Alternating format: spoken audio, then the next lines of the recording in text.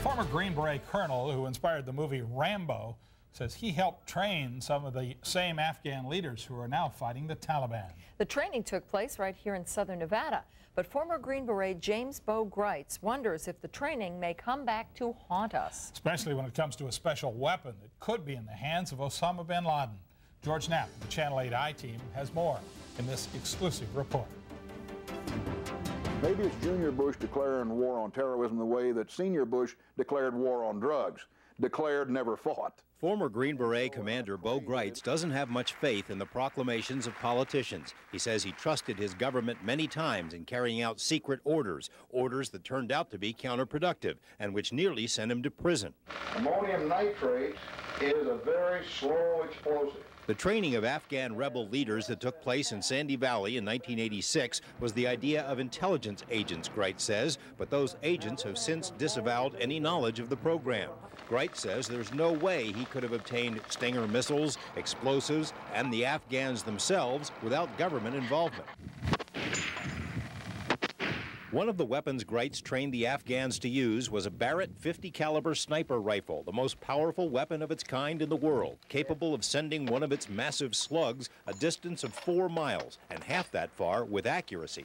When we trained the Mujahideen to use this, it was with the idea that they could use armor-piercing incendiary against any of the Soviet armored VIP vehicles. There isn't an armored car, for example, like the embassy or VIPs or even armored personnel carriers that the armor-piercing incendiary won't go through. Even tanks at 4 inches are penetratable by the 50 caliber. A demonstration of the awesome power of the Barrett 50 caliber.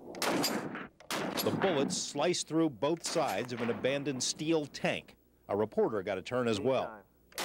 Such a weapon could be used not only against officers or other personnel, but against planes parked on runways, fuel storage, anything within 2,000 yards. The U.S. government acknowledged this September that 25 of these weapons were sent to Afghanistan following the 1986 training sessions. Could they now be in the hands of Osama bin Laden? Gritz doubts it because he says the Afghans he trained were as opposed to the Taliban as they were to the Russians. As far as I know, bin Laden never had possession. The Taliban certainly didn't have possession. It was the Mujahideen, the freedom fighters that are now against the Taliban, that are now striving to find bin Laden for us.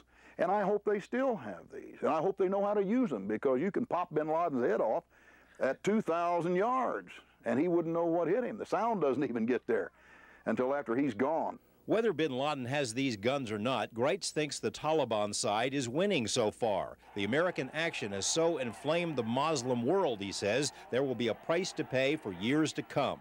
Gritz thinks we should rely on the fighters he helped to train.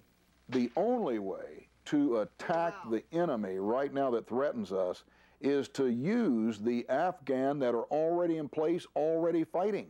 We can supply them. I think that they'd be more than willing to help us. But they will turn against us if we have any kind of active military force there. They have to. That is their teaching. That's their Quran. That's their Constitution. That's their law. George Knapp, Eyewitness News. Bo Gritz still lives in Sandy Valley near here with his wife, and he says he's writing a book about his experiences.